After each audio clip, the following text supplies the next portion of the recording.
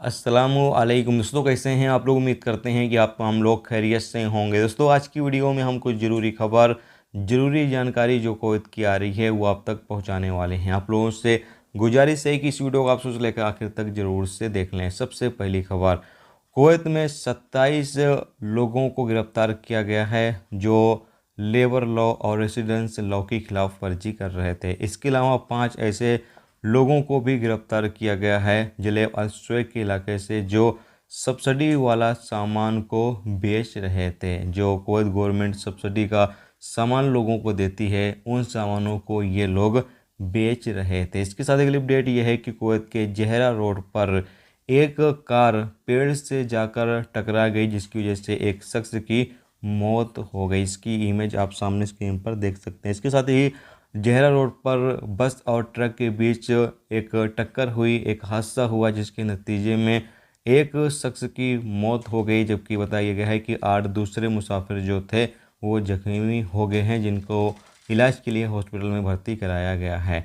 इसके साथ अगली अपडेट यह है कि कुवैत में फार्मेसियों के लिए नया कानून का ऐलान कर दिया गया है। बताया गया है कि एक फार्मेसी से दूसरी फार्मेसी तकरीबन 200 के मीटर यानी 200 मीटर की दूरी पर होनी चाहिए। लेकिन कहां कहां पर फार्मेसी पास रह सकती हैं, जहां पर प्राइवेट हॉस्पिटल है, प्राइवेट मेडिकल सेंटर है, कमर्शियल कॉम्प्लेक्स है या फिर सेंट्रल मार्केट है। इन तमाम एरिया में जो फार्मेसी है वो पास पास रहेंगी तो कोई दिक्कत नहीं। बाकी जहाँ पर आबादी का एरिया है और ये तमाम चीज़ें नहीं हैं, तो वहाँ पर 200 मीटर की दूरी पर एक फार्मेसी होनी चाहिए।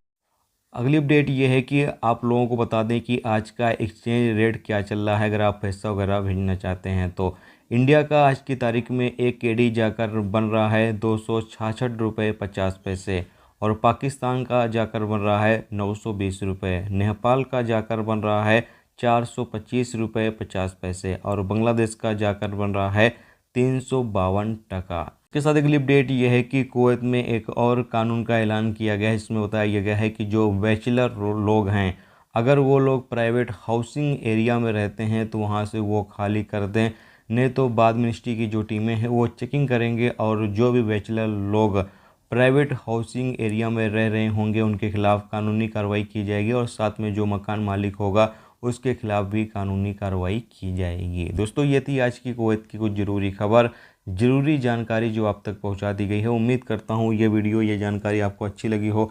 अच्छी लगी है तो प्लीज़ वीडियो को लाइक करके ज़रूर जाएं, और जो दोस्त चैनल पर नए हैं उनसे रिक्वेस्ट है प्लीज़ चैनल को भी सब्सक्राइब जरूर कर लें। वीडियो देखने का दोस्तों बहुत बहुत शुक्रिया। मिलते हैं नेक्स्ट स्टूडेंट्स टॉपिक के साथ। जब तक रखिए अपना ख्याल रखिए। खुदा।